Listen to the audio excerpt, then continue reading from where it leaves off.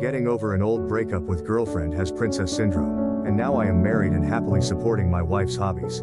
My relationship with my girlfriend began as a friendship during our college years, a period marked by shared classes and mutual friends, though it never ventured beyond casual chats and group hangouts. It was only after she had thrown her graduation cap into the air that our connection took a turn towards something more profound. As the familiarity of our academic surroundings faded, our personal bond found new ground to flourish on. Over the past 5 months, what started as a gentle rekindling of acquaintance has blossomed into a deep and comfortable romance. We've discovered joy in each other's company, finding comfort in shared silences just as much as in our conversations. Our love has the easy rhythm of a long familiar song, yet every day brings a new verse, a little surprise that deepens our connection. From the outset, what set her apart was her distinctive sense of style. She dresses in a way that can best be described as princess fairytale-like, with long frilly skirts and lace blouses dominating her wardrobe. This isn't just an occasional flourish for special occasions. This is her daily attire, except at her workplace. With her striking looks, she carries this style with an effortless grace, and initially, I found it utterly charming. However, as our relationship has progressed, I've become increasingly aware of how much time and effort she dedicates to maintaining this unique aesthetic. She doesn't just wear these clothes, she lives and breathes this style. She runs a popular blog dedicated to her fashion sensibilities, which garners a significant following. Daily, she's engaged in posting photos, managing links to similar clothing items, and even creating pieces for her Etsy store. Her day often involves hours of sewing and preparing content for her blog. Our outings together often turn into public spectacles. It's not uncommon for people to stare openly, and some even go as far as to take photos of her, thinking they've spotted a character stepped out from a storybook. This level of attention has started to make me feel uncomfortable. I once suggested that perhaps she could tone down her outfits a bit, especially when we are together. In response, she merely opted to leave out accessories like hairpieces, but her overall style remained unchanged. I love her deeply and appreciate her for who she is, but I've also expressed my concerns about how her style might affect the way others perceive her. Her intelligence and kindness are qualities I admire immensely, and I worry these might be overshadowed by her dramatic attire. Despite these talks, she seems to dismiss my concerns, perhaps thinking I'm asking her to change who she is. Her new job, which I hoped might encourage a more conventional style, actually did the opposite.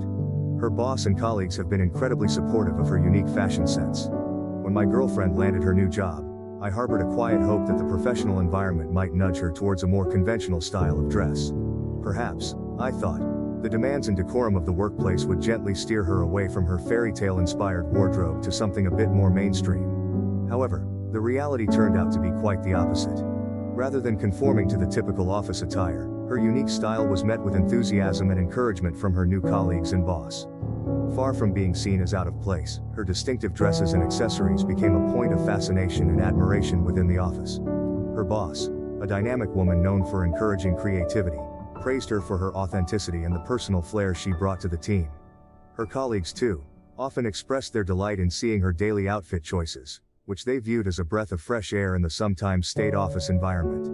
This acceptance and support not only boosted her confidence but also affirmed her belief in personal expression through fashion. It became clear that her style was more than just clothing, it was a fundamental part of her identity that resonated with those around her. The workplace, which I had assumed would demand conformity, instead became a space where her creativity and uniqueness were celebrated, enhancing her sense of belonging and fulfillment at work.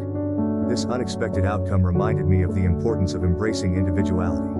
It reinforced the idea that personal style and professional success are not mutually exclusive but can indeed enhance one another in a supportive environment. However, navigating this aspect of our relationship has been challenging. I want to be supportive and celebrate her individuality, but I also feel a need to discuss the potential long-term impacts of her choices without coming across as critical or unsupportive. It's a delicate balance, finding a way to communicate my feelings effectively without undermining her expression of self. I'm still figuring out how best to approach this conversation, hoping to find a way that respects both her style and my concerns. How can I talk to her about dressing more appropriately without hurting her feelings? Update 1. I didn't plan on updating, but things changed. I've had a lot to process and reckon with, emotionally and personally. I'd been grappling with my thoughts about how to approach my girlfriend about her dressing style, intending to strike a balance between supporting her uniqueness and feeling more at ease in public together. However, life threw a curveball before I could broach the subject. Last week, out of the blue, she called me after work, asking if she could stop by my place. I agreed, thinking perhaps we could enjoy a relaxed evening and maybe even discuss my thoughts over dinner. But the moment she arrived, I sensed something was off. She declined my offer to cook dinner, saying instead that we needed to have a serious conversation. Half jokingly, I asked if she was breaking up with me, and the look of guilt that flashed across her face said it all before she even spoke. She explained that she felt we were at different stages in our lives, wanting different things for our futures. During that conversation, she sat across from me at our favorite little cafe, the one with the quirky art on the walls and the mismatched chairs that somehow added charm to our usual meetups. As she spoke, her voice was calm, almost rehearsed, as if she had gone over this speech multiple times in her head before actually voicing it out loud. I sat there, mostly in silence, nodding occasionally, trying to process the weight of her words.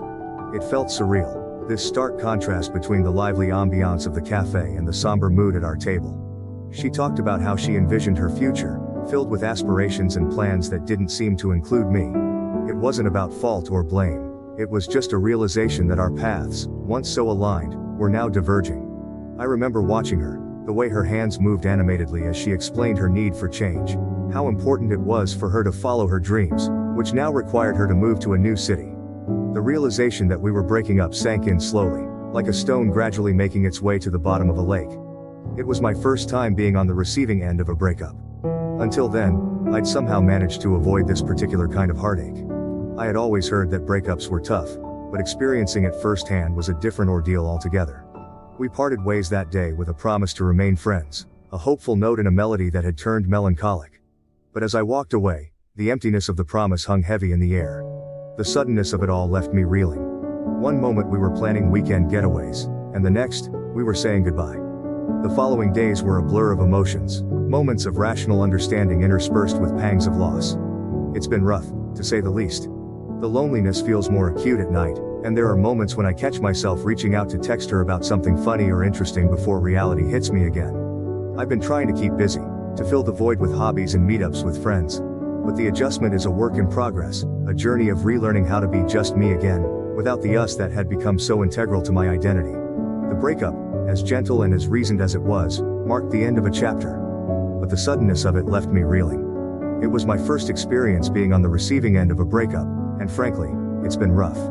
Therefore, amidst the turbulence of emotions, there's a burgeoning sense of personal growth, an understanding that sometimes, loving someone means letting them go. And so, as I forge ahead, there's a part of me that's thankful for the shared memories and hopeful for what the future holds. For both of us. Specifically with social media at play, navigating the fallout has been especially difficult. I noticed a surge of interactions on her profile as soon as her relationship status changed. All these alternative-looking guys have been liking her posts and commenting on her pictures. They've been liking her posts and leaving comments, and it stings to see. I know it's probably nothing serious. I don't think she's seeing these guys, but it still hurts. Each notification I saw felt like a small jab. While I know logically that social media interactions are often superficial and don't necessarily signify anything deeper, the speed and intensity of their engagement stung. It was hard not to feel replaced or overlooked, as though our past moments together could be quickly overshadowed by a few well-placed likes and comments. I tried to reassure myself with the situation. These guys were likely just friends and admirers from her blogging community who felt more at liberty to express themselves now that she was publicly single. Yet knowing this didn't alleviate the discomfort. Watching this unfold felt like observing a part of her life where I no longer had a place or say.